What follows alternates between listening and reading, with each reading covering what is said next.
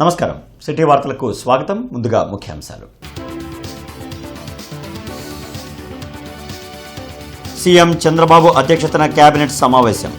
రాజధాని అమరావతికి చట్టబద్ధత కల్పించేలా తీర్మానం.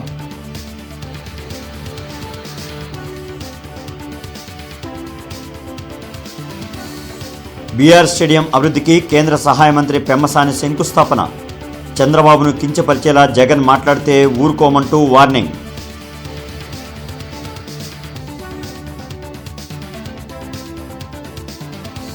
ఇప్పటి వరకు జీజీహెచ్ అభివృద్ధికి 127 కోట్లను కూటమి ప్రభుత్వం ఖర్చు చేసింది. సమస్యల పరిష్కారానికి చర్యలు చేపడుతున్నాం. కేంద్ర మంత్రి పెమ్మసాని వెల్లడి.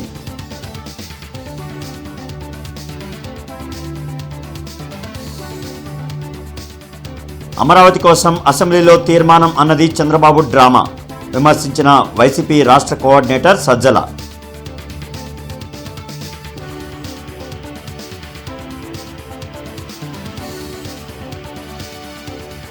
ఈ నెల 28న అసెంబ్లీ ప్రత్యేక సమావేశం. రాజధాని అమరావతి చట్టబద్ధత కోసమే. స్పీకర్ అయ్యన్న స్పష్టీకరణ. సీఎం చంద్రబాబు అధ్యక్షతన వెలగపూడి సచివాలయంలో కేబినెట్ సమావేశం జరిగింది. రాజధాని అమరావతికి చట్టబద్ధత కల్పిస్తూ ఏపీ పునర్విభజన చట్టం 2014లోని సెక్షన్ 5ను సవరించాల్సిందిగా మంత్రివర్గం తీర్మానం చేసింది. రాష్ట్ర కొత్త రాజధానిగా సీఆర్డీఏ చట్టం పరిధిలోని అమరావతి పేరును చేర్చాలని మంత్రివర్గం తీర్మానించింది. ఈ నెల 28న జరిగే ప్రత్యేక అసెంబ్లీ సమావేశంలో 4 గంటల పాటు చర్చించాలని నిర్ణయించారు. ఈ మేరకు సీఎం చంద్రబాబు అధ్యక్షతన జరిగిన కేబినెట్ సమావేశంలో పలు అంశాలపై చర్చించి కీలక నిర్ణయాలు తీసుకున్నారు. ఏప్రిల్ 5 నుంచి 14 లోపు ప్రతి నియోజకవర్గంలో 2000 సూర్య ఘర్ కనెక్షన్లు ఇవ్వాలని తీర్మానించారు. రాష్ట్ర ఆదాయంలో 99% జీతాలకే సరిపోతుందని, కేంద్రం ఇచ్చే సాయం అప్పులు వడ్డీలు కట్టేందుకే సరిపోతుందని సీఎం ఈ సందర్భంగా వ్యాఖ్యానించారు. వడ్డెర సంఘాలకు ఖనిజ లీజుల కేటాయింపుకు కేబినెట్ గ్రీన్ సిగ్నల్ ఇచ్చింది. మంత్రివర్గ నిర్ణయాలను మంత్రి పార్థసారథి మీడియాకు వెల్లడించారు. అధికారంలోకి వచ్చినప్పటి నుంచి కూడా రాష్ట్రంలోని బలహీన వర్గాలకి అనేక రాయితీలు ఇచ్చి వారి వారి వృత్తుల్ని అభివృద్ధి చేయడానికి కానీ ఎంకరేజ్ చేయడానికి కానీ ప్రయత్నం చేస్తూ ఉంది. దాంట్లో భాగంగానే నాయ బ్రాహ్మణులకి 10,000 నుంచి గౌరవ వేతనాన్ని 25,000కు పెంచడం కానివ్వండి, మత్స్యకారులకి వేట నిషేధిత సమయంలో 10,000 నుంచి 20,000 పెంచడం కానివ్వండి, మరి నాయ బ్రాహ్మణులకి షాప్ పెట్టుకుంటే 200 యూనిట్లు ఫ్రీగా, మరి పద్మశాలలకి హ్యాండ్లూమ్ అయితే 200 యూనిట్లు, పవర్లూమ్ అయితే 500 యూనిట్లు, మరి గౌడ సోదరులకి వైన్ షాప్స్లో బార్స్లో 10% రిజర్వేషన్. సో ఈ విధంగా బలహీన వర్గాల్ని ఆర్థికంగా బలోపేతం చేయడానికి, వారికి సాధికారత సాధించడానికి ఈ ప్రభుత్వం కట్టుబడిందని చెప్పేసి మనం చేస్తాను. అదే ఎన్నికల్లో ఇచ్చిన హామీ మేరకు మరి ఈరోజు వారికి 15% క్వారీలని రిజర్వ్ చేయాలని చెప్పేసి ఏదైతే ప్రతిపాదన వచ్చిందో దాన్ని ఆమోదించడం జరిగిందని చెప్పేసి మనం చేస్తాం. బాడీ షేమింగ్ గురించి మాట్లాడాలంటే ఒక్క మాటతో జగన్మోహన్ రెడ్డిని చంపేయగలమని కేంద్ర సహాయ మంత్రి పెమ్మసాని చంద్రశేఖర్ వ్యాఖ్యలు చేశారు. 14 కోట్ల రూపాయల వ్యయంతో నిర్మాణం చేయన మల్టీపర్పస్ ఇండోర్ స్టేడియం నిర్మాణానికి మంత్రి పెమ్మసాని చంద్రశేఖర్ శంకుస్థాపన చేశారు. ఈ సందర్భంగా ఆయన మాట్లాడుతూ, గత ప్రభుత్వంలో నిరాదరణకు గురి అయి బీఆర్ స్టేడియం అభివృద్ది కోసం కేంద్ర ప్రభుత్వం నుంచి 14 కోట్ల నిధులు తీసుకురావడం జరిగిందన్నారు. జగన్మోహన్ రెడ్డి ముఖ్యమంత్రి చంద్రబాబు నాయుడుపై అనుచిత వ్యాఖ్యలు చేయడం సరైన విధానం కాదని మండిపడ్డారు. అభివృద్దిపై మాట్లాడాలే కానీ వ్యక్తిగత దూషణలు సరికాదన్నారు. ఈ కార్యక్రమంలో ఎమ్మెల్యేలు గల్లా మాధవి, నసీర్ అహ్మద్, శాప్ చైర్మన్ రవి నాయుడు, శాప్ ఎండీ ధరణి, ఇతర ముఖ్య నేతలు పాల్గొన్నారు. ఉంటే రాష్ట్రం మీద అభిప్రాయం ఏదన్నా ఉంటే రాజకీయాలు మాట్లాడండి, సబ్జెక్ట్ మాట్లాడండి. అంతేగత వ్యక్తిగతంగా ఏది పడితే అది మాట్లాడితే మేము కూడా మాట్లాడొచ్చాం. ఫిజికల్గా బాడీ షేమింగ్ కానీ ఇవన్నీ కూడా ఆ చంద్రబాబు గారి మొహమే తెలుగు జాతి ఈరోజు ప్రపంచంలో తలెత్తుకునే విధంగా చేసింది జగన్మోహన్ రెడ్డి గారు. మైండ్ సెట్ గురించి మీరు మాట్లాడతారు. ఎవరిది మైండ్ సెట్ ప్రాబ్లం అని నేను ముందే చెప్పా. ప్రజావేదికను కూల్చిన మైండ్ సెట్టా, లేకపోతే పాస్ పుస్తకాలపై బొమ్మేసుకున్నది మైండ్ సెట్టా? ఎవరిది మైండ్ సెట్? మాస్కులు అడిగిన పాపానికి ఒక వ్యక్తిని సైకోగా చిత్రీకరించి చంపింది మైండ్ సెట్. ఎవరిది మైండ్ సెట్ అని అడుగుతాను. ఇట్లా 100 మాట్లాడగలం. కాబట్టి మీరు సబ్జెక్ట్ మాట్లాడండి, రాజకీయంగా వ్యతిరేకించండి. కానీ మా నాయకుల్ని కించపరిస్తే మేము కూడా నిన్ను బాడీ షేమింగ్ చేయాలంటే ఒకే ఒక్క మాటతో నిన్ను చంపేయగలను. కానీ నాకు సంస్కారం అడ్డుంది కాబట్టి నేను నిన్ను మాట్లాడనని చెప్పి తెలియజేసుకుంటూ బీఆర్ స్టేడియంలో 14 కోట్ల వ్యయంతో నిర్మాణం చేయనున్న మల్టీపర్పస్ భవనాల సముదాయానికి కేంద్ర సహాయ మంత్రి పెమ్మసాని చంద్రశేఖర్, ఎమ్మెల్యే నసీర్ అహ్మద్, శాప్ చైర్మన్ రవి నాయుడుతో కలిసి శంకుస్థాపన చేశారు.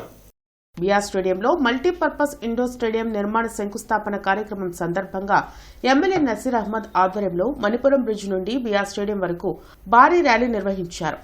ఖేల్ ఇండియా కార్యక్రమంలో భాగంగా బీఆర్ స్టేడియంలో 14 కోట్ల వ్యయంతో మల్టీపర్పస్ భవనాల నిర్మాణం చేయనున్నారు. ఈ కార్యక్రమంలో MLA Galla Madhavi, MLC Alapati Rajendra Prasad, collector Tameem Ansariya, commissioner K Mayur Ashok, Pilli Manikyarao, Degala Prabhakar, Vaddanam Haribabu, Kovelamudi Ravindra, మిర్చియాడ్ వైస్ చైర్మన్ మల్లిక, మల్లె ఈశ్వరరావు, తాళ వెంకటేష్ యాదవ్, గాదె వెంకటేశ్వరరావు, సజ్జిల, కస్కుత్తి హనుమంతరావు, ఇతర ముఖ్య నాయకులు పాల్గొన్నారు.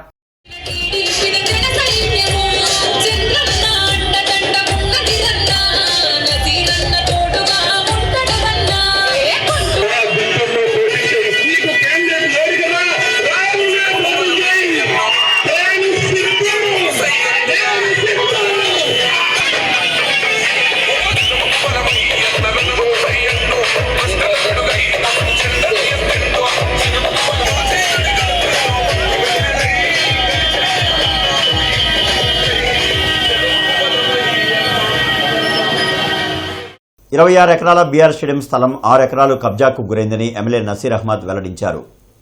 బీఆర్ స్టేడియంలో నిర్మాణం చేయనున్న మల్టీపర్పస్ ఇండోర్ స్టేడియం సెర్మనీ కార్యక్రమాన్ని మంత్రి పెమ్మసాని, శాప్ చైర్మన్ రవినాయుడు, ఎమ్మెల్యేలు Galla Madhavi, Naseer Ahmed, MLC Alapati Rajendra Prasad, collector Tameem Ansariya, commissioner K Mayur Ashok, SAAP MD Dharani జ్యోతి ప్రజ్వలన చేసి ప్రారంభించారు. ఈ సందర్భంగా పలువురు నేతలు మాట్లాడుతూ బీఆర్ స్టేడియంలో ఆటలు ఆడిన క్రీడాకారులు ఎందరో జాతీయ క్రీడల్లో రాణించారని తెలిపారు. మల్టీపర్పస్ ఇండోర్ స్పోర్ట్స్ కాంప్లెక్స్ 2 ఫ్లోర్లలో నిర్మాణం కానుందని అన్నారు. శివారు ప్రాంతాల అభివృద్ధి కోసం కూటమి ప్రభుత్వం ప్రత్యేక దృష్టి సారించిందన్నారు. ఈ మల్టీపర్పస్ ఇండోర్ స్టేడియం వలన నగరంలో ఉన్న క్రీడాకారులకు ఎంతో ఉపయోగకరంగా ఉంటుందని కలెక్టర్ తమీం అన్సారియా వెల్లడించారు. ఈ స్టేడియం విషయంలో ఉన్న పలు సమస్యలను త్వరలోనే పరిష్కరించేందుకు చర్యలు తీసుకుంటామని తెలిపారు. ఈ కార్యక్రమంలో కూటమి నాయకులు, అధికారులు పాల్గొన్నారు. ఇటీవల ఈ మధ్యకాలంలో అసెంబ్లీలో కూడా బీఆర్ స్టేడియం అభివృద్ధి కోసం ఆయన ప్రశ్న అడగడం, దానికోసం నిధులు కేటాయించమని అభ్యర్థించడం మనం చూసాం.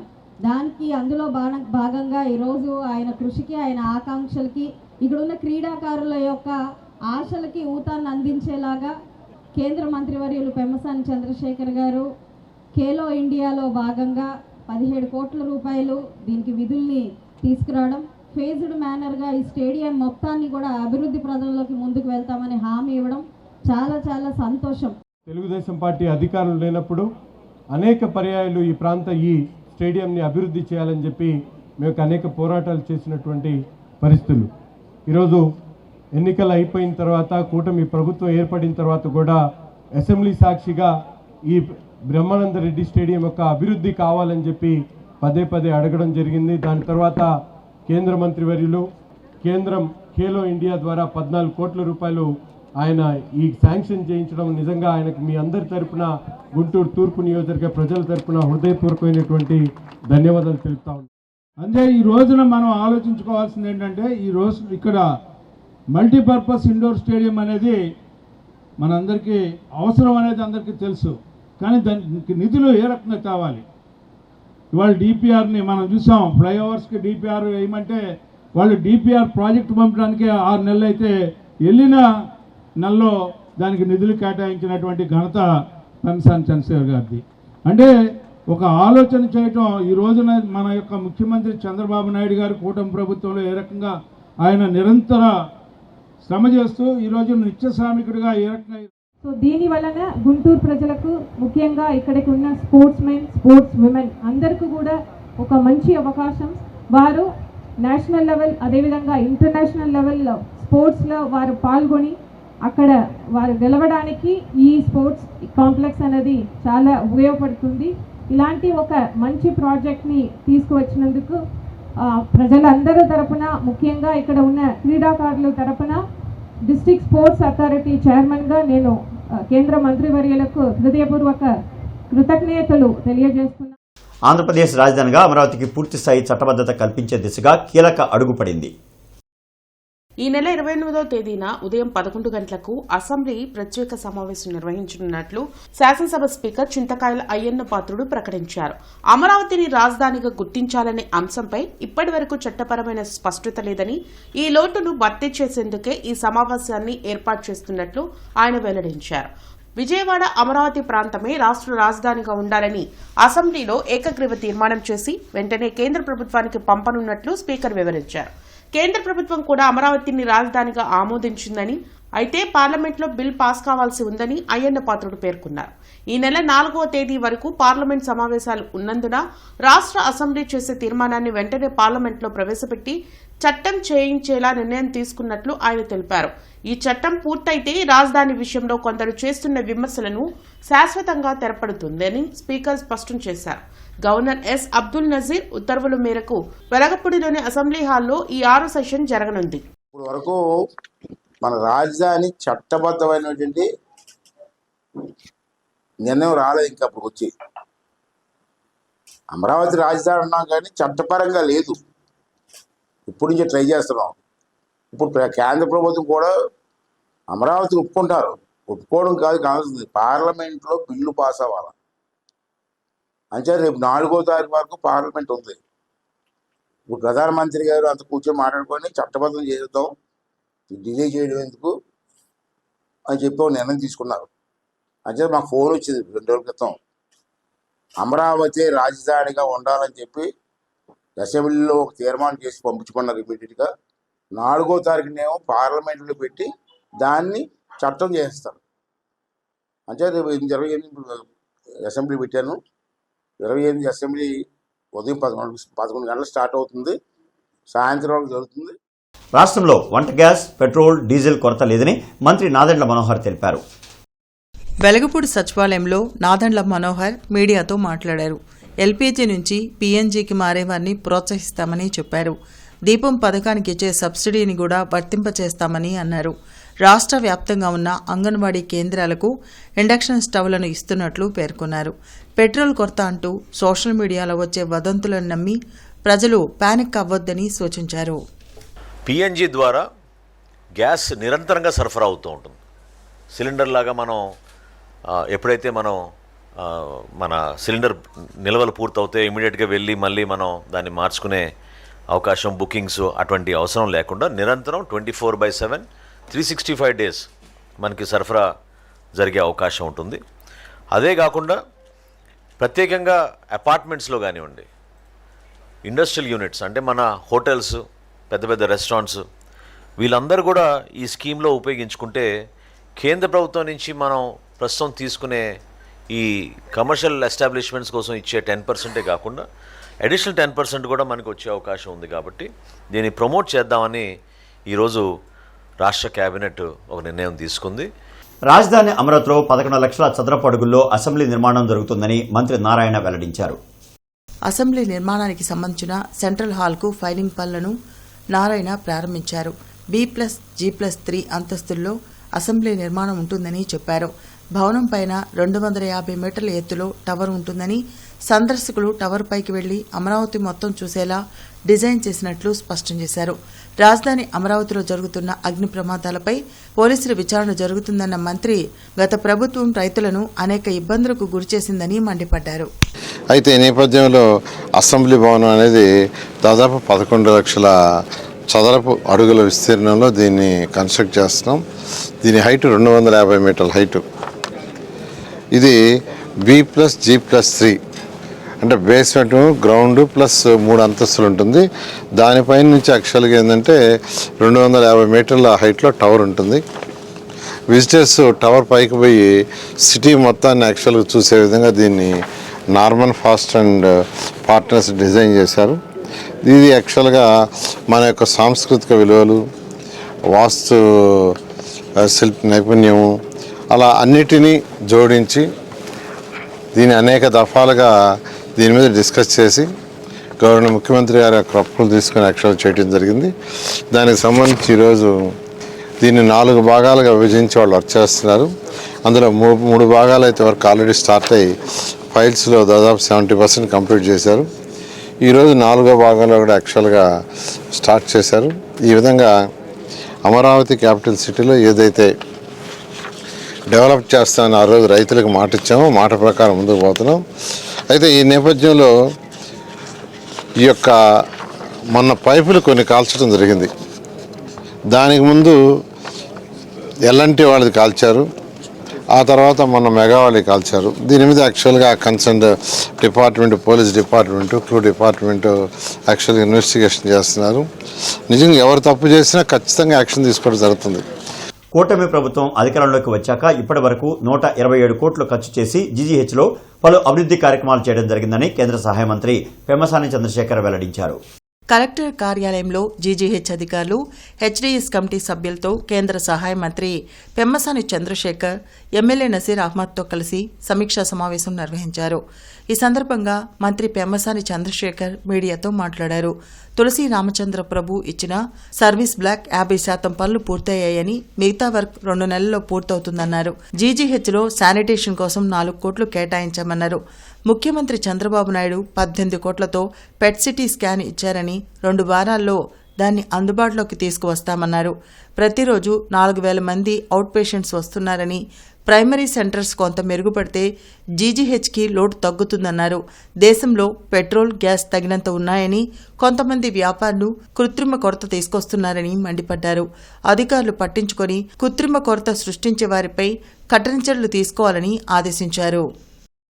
పెట్ స్కాన్ మోస్ట్ ఇంపార్టెంట్. 18 కోట్లతోటి గవర్నమెంట్, మన ముఖ్యమంత్రి గారు 18 కోట్లతోటి పెట్ సిటీ స్కాన్ ఇచ్చారు.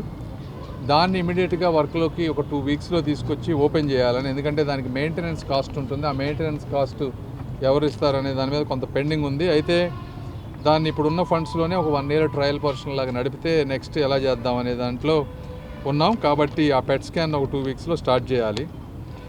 ఎస్బీఐ వాళ్ళు కూడా ఒక 4.5 crores తోటి ఎక్విప్మెంట్ ఇస్తూ ఉన్నారు. ఇక్కడ కార్డియాక్ ఎకో ఎక్విప్మెంట్ ఇట్లాంటివి, అవి కూడా త్వరలో వచ్చేస్తే అవి కూడా ఒక 1 monthలో ఓపెన్ చేస్తాం.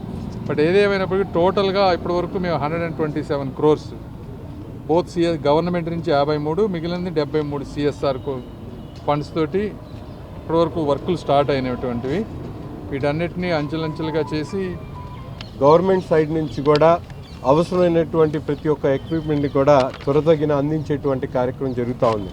గతంలో అనేక చోట్ల నిరుపయోగం ఉన్నటువంటి చాలా ఎక్విప్మెంట్స్ని ఈరోజు గుంటూరు ప్రభుత్వ ఆసుపత్రికి తీసుకొని రావడం, అలాగే ఇక్కడ ఉన్నటువంటి ప్రతి ఒక్క ఎక్విప్మెంట్ని కూడా ఎఫిషియన్సీ పెంచేటువంటి విధంగా, అంటే అవసరమైనటువంటి మ్యాన్ పవర్ని ప్రొక్యూర్ చేసుకోవడం కానీ, అలాగే ఎఫ్ఎన్ఓస్ ఎంఎన్ఓస్ని అవసరం అని చెప్పి పదే ప్రభుత్వానికి రిపీటెడ్గా అడగడం కానీ, షార్టేజ్ ఉన్నటువంటి మెడికల్ అంటే ప్రొఫెసర్లు కానీ, లేకపోతే కావాల్సినటువంటి ఒక ఫ్యాకల్టీ కానీ, ఇవన్నీ కూడా రిపీటెడ్గా ప్రభుత్వ దృష్టికి తీసుకుని వెళ్ళడం, ఒక అవసరమైనటువంటి మెటీరియల్తో పాటు ముఖ్యంగా ఇంటర్నేషనల్ స్టాండర్డ్తో బీఆర్ స్టేడియంను అభివృద్ధి చేస్తామని శాప్ చైర్మన్ రవి నాయుడు వెల్లడించారు. బీఆర్ స్టేడియంలో 14 కోట్ల వ్యయంతో మల్టీపర్పస్ ఇండోర్ స్టేడియం నిర్మాణానికి మంత్రి పెమ్మసాని చంద్రశేఖర్తో కలిసి రవినాయుడు శంకుస్థాపన చేశారు. ఈ సందర్భంగా ఆయన మాట్లాడుతూ, గత ప్రభుత్వం క్రీడాంధ్ర పేరుతో 150 కోట్లు దుర్వినియోగం చేసిందని మండిపడ్డారు. ఈ కూటమి ప్రభుత్వం క్రీడాకారులకు అధిక ప్రాధాన్యత ఇచ్చి వారిని అన్ని విధాలా ఆదుకుంటుందన్నారు. అందుకే ఈ ప్రభుత్వం ఏ క్రీడాకారుడు కూడా పరీక్ష రాయకుండా 100 ఉద్యోగాల్లో 3 ఉద్యోగాలు సంపాదించే అవకాశం కల్పించిందన్నారు. క్రీడలను ప్రోత్సహించే ఏకైక ముఖ్యమంత్రి చంద్రబాబు నాయుడని, అందుకే అమరావతిలో ఇంటర్నేషనల్ స్టాండర్డ్స్తో క్రీడా ప్రాంగణం నిర్మాణం చేయనున్నామని తెలిపారు. పెమ్మసాని చంద్రశేఖర్ గారి సహకారంతో ఈరోజు బీఆర్ స్టేడియంలో మీరేదైతే కలలు కంటున్నారో, క్రీడాకారులు ఏదైతే కలలు కంటున్నారో, ఈ గుంటూరు ప్రజలు ఏదైతే కలలు కంటున్నారో, ఈ బీఆర్ స్టేడియం యొక్క రూపురేఖలు మార్చండి, పూర్వవైభవం తీసుకొని రాండి. కొన్ని సంవత్సరాలుగా వాళ్ళ బాధ ఆర్తనాదాలను గౌరవ శాసనసభ్యులు నజీర్ గారు, పెమ్మసాని చంద్రశేఖర్ గారి సహకారంతో ఈరోజు మల్టీపర్పస్ స్టేడియం 14.5 కోటితో భూమి పూజ చేయడం జరిగింది. ఇది 2 levelsలో ఉంటుంది. ఈరోజు 8 డిసిప్లిన్స్ మల్టీపర్పస్గా యూటిలైజ్ చేసుకోవచ్చు. యోగా కావచ్చు, బ్యాడ్మింటన్ కావచ్చు, అదేవిధంగా వాలీబాల్ కావచ్చు, బాస్కెట్బాల్ కావచ్చు, అదేవిధంగా క్వాష్ కావచ్చు. జిల్లా పోలీస్ కార్యాలయంలో ప్రజా ఫిర్యాదుల పరిష్కార వ్యవస్థకు వచ్చేవారి కోసం ప్రత్యేక హాల్తో పాటు మినీ కాన్ఫరెన్స్ హాల్ అందుబాటులోకి వచ్చింది. విట్ యూనివర్సిటీ అందించిన సిఎస్ఆర్ నిధులతో ఈ భవనాలను ఏర్పాటు చేశారు. నూతనంగా నిర్మించిన భవనాలను విట్ యూనివర్సిటీ ఛాన్సలర్ విశ్వనాథన్ ప్రారంభించారు. ఈ సందర్భంగా గుంటూరుతో ఆయనకు ఉన్న అనుబంధాన్ని గుర్తు చేసుకున్నారు. రాష్ట్రాన్ని అన్ని విధాలా అభివృద్ది చేయాలనే లక్ష్యంతో శ్రమిస్తున్న సీఎం చంద్రబాబుకు తాము ఎప్పుడూ అండగా నిలుస్తామని ఆయన తెలిపారు. అలాగే భవనాల నిర్మాణంకు సహకరించిన విట్ యాజమాన్యంకు ఎస్పీ వకుల్ జిందాల్ కృతజ్ఞతలు తెలిపారు. ఇక నుంచి పీజీఆర్ఎస్ కు వచ్చే వారికి ఇబ్బందులు ఉండవని తెలిపారు. He is a model chief minister in the country. Whatever he wants Andhra to be number one in the entire country. That is his wish, and we have assured him that we will be with him in fulfilling all his ambitions, that Andhra should become number one in whatever field we have. And of course, it's a hard-working people in this part of the country, and also they are concentrating on education also. Because I find, I go all around the country, among the parents, South Indian parents spend more money than others for their children.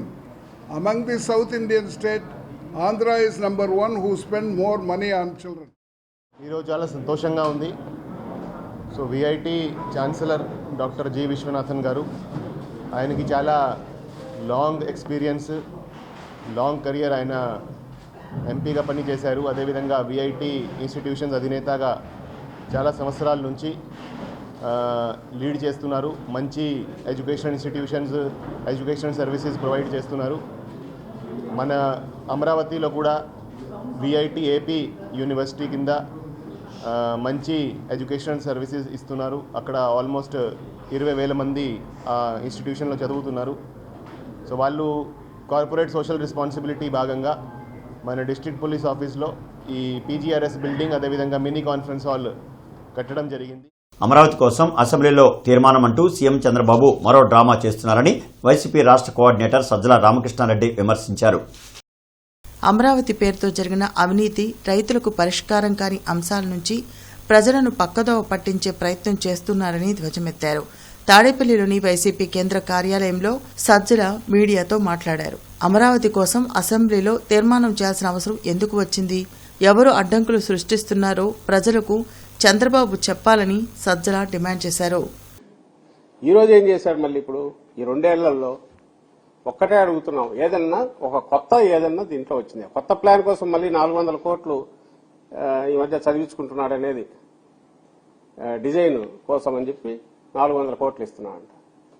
ఇప్పుడు అప్పుడు ఇచ్చిన డిజైన్లన్నీ ఏమైనాయి? ఆ డిజైన్లు ఏంది, ఈ డిజైన్లు ఏంది? అసలు డిజైన్ల పేరుతో ఎన్ని వేల కోట్లు ఖర్చు అవుతుంది తెలియదు. అలాగే బిల్డింగులకు సంబంధించి ఆ రోజు ఏవైతే పునాదులు తీసి ఆగినాయో అవి ఈ కొత్త ప్రభుత్వం వచ్చాక ఎవ్వరు అడగకుండానే వాటిని రద్దు చేసి చంద్రబాబు నాయుడు గారు మళ్లీ టెండర్లు పిలిచారు. పిలిచి ప్రతి టెండర్ కూడా 5% సీలింగ్ కాబట్టి, ఎందుకంటే 5% పైన వేస్తే టెండర్ క్యాన్సిల్ అయ్యి మళ్లీ పిలవాలి కాబట్టి 4.85% ఎక్సెస్ తో నగరంలోని పలు పెట్రోల్ బంకుల్లో నో స్టాక్ బోర్డులు దర్శనమిస్తున్నాయి. దీంతో వాహనదారులు పానిక్ అవుతున్నారు. పెట్రోల్ కోసం పలు బంకుల వద్ద క్యూ కడుతున్నారు. దీంతో కొన్ని పెట్రోల్ బంకుల వద్ద వాహనాల రద్దీ ఉన్నట్లుండి పెరిగిపోయింది. ఇప్పటికే గ్యాస్ దొరక్క తీవ్ర ఇబ్బందులు పడుతున్నామని, ఇప్పుడు పెట్రోల్ కూడా లేకపోతే తమ పరిస్థితి ఏంటని ప్రజలు ప్రశ్నిస్తున్నారు.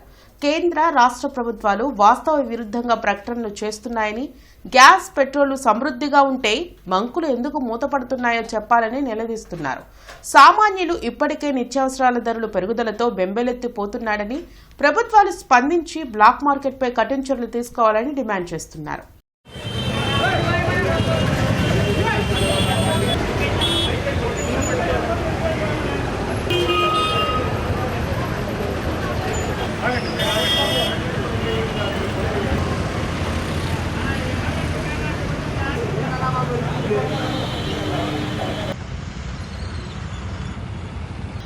ఎప్పుడు మళ్ళీ గుంటూరులో వాహనాలకి పెట్రోలు కొరతగా ఉందని చెప్పేసి ఎక్కువ మంది వస్తున్నారు. ఓ పక్కే రాష్ట్ర ప్రభుత్వం కానీ కేంద్ర ప్రభుత్వం కానీ పెట్రోల్ కానీ గ్యాస్ కానీ ఏమీ కొరత లేదని చెప్పేసి రోజు పార్లమెంట్లో ప్రకటనలు చేస్తున్నారు కేంద్ర ప్రభుత్వం, కానీ ఆచరణలో దానికి భిన్నంగా ఈరోజు అనేక మంది పదుల సంఖ్యలో ఈరోజు వాహనదారులు అందరూ కూడా పెట్రోల్ అయిపోతుందనే భయంతో పరుగులు తీస్తున్న పరిస్థితి ఉంది. కాబట్టి ఆచరణకి వాళ్ళు చెప్పే మాటలకు ఎంత తేడా ఉందో ఈ పెట్రోల్ బంకుల దగ్గర ఉన్న జనాన్ని బట్టి చూస్తేనే అర్థమవుతుంది. కాబట్టి తక్షణమే రాష్ట్ర ప్రభుత్వం దీనికి కొరత నివారణ చర్యలు తీసుకోవాలి.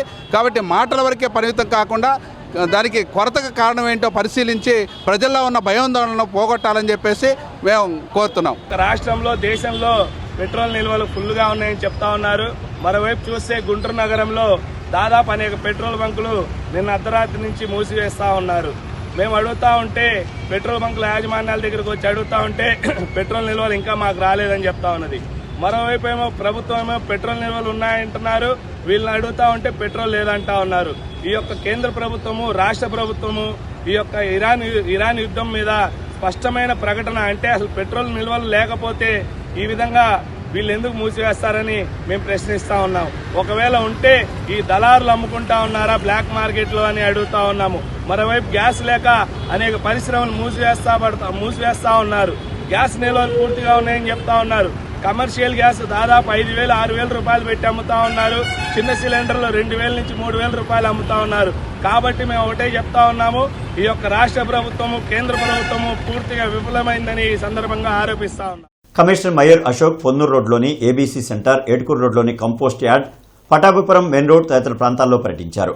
ఈ సందర్భంగా కమిషనర్ మాట్లాడుతూ జీఎంసీ ఏబీసీలో పూర్తి సామర్థ్యంతో వీధి కుక్కలకు ఏబీసీ, ఏఆర్వీ చేయాలని, నిర్దేశిత మార్గదర్శకాల మేరకు పర్యవేక్షణలో ఉంచాలని ఏబీసీ ఏజెన్సీ ప్రతినిధులకు స్పష్టం చేశారు. ఏఐటీయూసీ గుంటూరు నగర 17వ మహాసభ కొత్తపేటలోని మల్లలింగ భవన్లో ఈరోజు ఘనంగా జరిగింది. మహాసభ ప్రారంభ సూచకంగా ఏఐటీయూసీ పతాకాన్ని సీనియర్ నాయకులు పొన్నుగూటి వెంకటరెడ్డి ఆవిష్కరించగా ముఖ్య అతిథిగా హాజరైన రాష్ట్ర గౌరవ అధ్యక్షులు వెలుగురి రాధాకృష్ణమూర్తి మాట్లాడుతూ కార్మికులు ఎదుర్కొంటున్న సమస్యల పరిష్కారం కొరకు అనేక పోరాటాలను నిర్వహిస్తున్న ఏఐటీయూసీ ఈ గుంటూరు నగరంలో కార్మిక వర్గం పక్షాన నిలుస్తూ వెన్నుదన్నుగా ఉంటూ పోరాటాలు నిర్వహిస్తుందని తెలిపారు. ఎన్డీఏ కూటమి ప్రభుత్వం అధికారంలోకి వచ్చిన నాటి నుండి కార్మిక వ్యతిరేక విధానాలు అవలంబిస్తూ కార్పొరేట్ కంపెనీలకు కట్టు బానిసలుగా మార్చే ప్రయత్నం చేస్తుందని వారన్నారు. ఏఐటీయూసీ నగర ప్రధాన కార్యదర్శి అకిటి అరుణ్ కుమార్, జిల్లా ప్రధాన కార్యదర్శి మేడా హనుమంతరావు, జిల్లా ఉపాధ్యక్షులు జంగాల అజయ్ కుమార్, కోటా మాల్యాద్రి, ముఠా కార్మిక సంఘం రాష్ట్ర అధ్యక్షులు చల్లా చిన్న ఆంజనేయులు, నగర గౌరవ అధ్యక్షులు జి సురేష్ బాబు తదితరులు పాల్గొన్నారు. జి సురేష్ బాబు, భవన నిర్మాణ కార్మిక సంఘం రాష్ట్ర అధ్యక్షులు పుప్పాల సత్యనారాయణ తదితరులు పాల్గొని ప్రసంగించారు. కార్మికుల సమస్యలు, ప్రజల సమస్యలు, రైతుల సమస్యలు వీటి చర్చించాల్సిన రాటల్లా ఏ వస్తున్నాయంటే మనకి రోజు చూస్తే గుడ్లు, గోపురాలు, దేవుళ్ళు వీటి చుట్టూ రాజకీయాలు పెడుతున్నాం. అంటే మెజారిటీ మతం అనేటువంటి దాన్ని నమ్ముకుంటే ఓట్లు వస్తాయి, శాశ్వతంగా అధికారంలో కొనసాగవచ్చు, కార్మిక వర్గాన్ని మన కట్టుబానిసలాగా మనం వాడుకోవచ్చు అనేటువంటి అభిప్రాయంతో పాలకవర్గాలు. దీన్ని మనం తెలుసుకోవాల్సినటువంటి అవసరం ఉంది. మనం మరింత పెద్ద ఎత్తున ఈ విధానానికి వ్యతిరేకంగా పోరాడాల్సినటువంటి అవసరం ఉంది. ఇవాళ చంద్రబాబు నాయుడు గారికి ఒకటే ప్రశ్న వస్తుంది, అయ్యా పెట్టుబడులు రావాలంటే కొన్ని రాయితీలు ఇవ్వాల్సిందని చెప్తున్నారు, ఇస్తున్నారు. 99 పైసలకి కొన్ని వేల గజాలు, లక్షల గజాలు.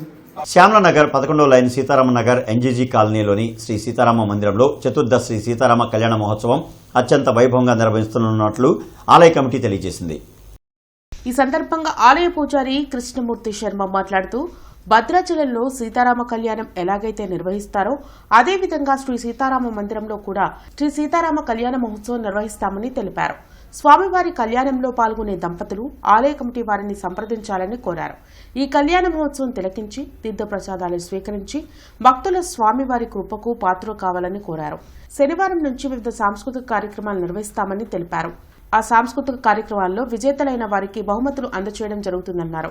ఈ కార్యక్రమంలో పోలూరి మల్లారెడ్డి, వీరవల్లి సత్యనారాయణ, సాదినేని శ్రీనివాస్, నాదండ్ల వెంకటకృష్ణ దుర్గాప్రసాద్, యనమాండ్ర పవన్ కుమార్, కమిటీ సభ్యులు పాల్గొన్నారు.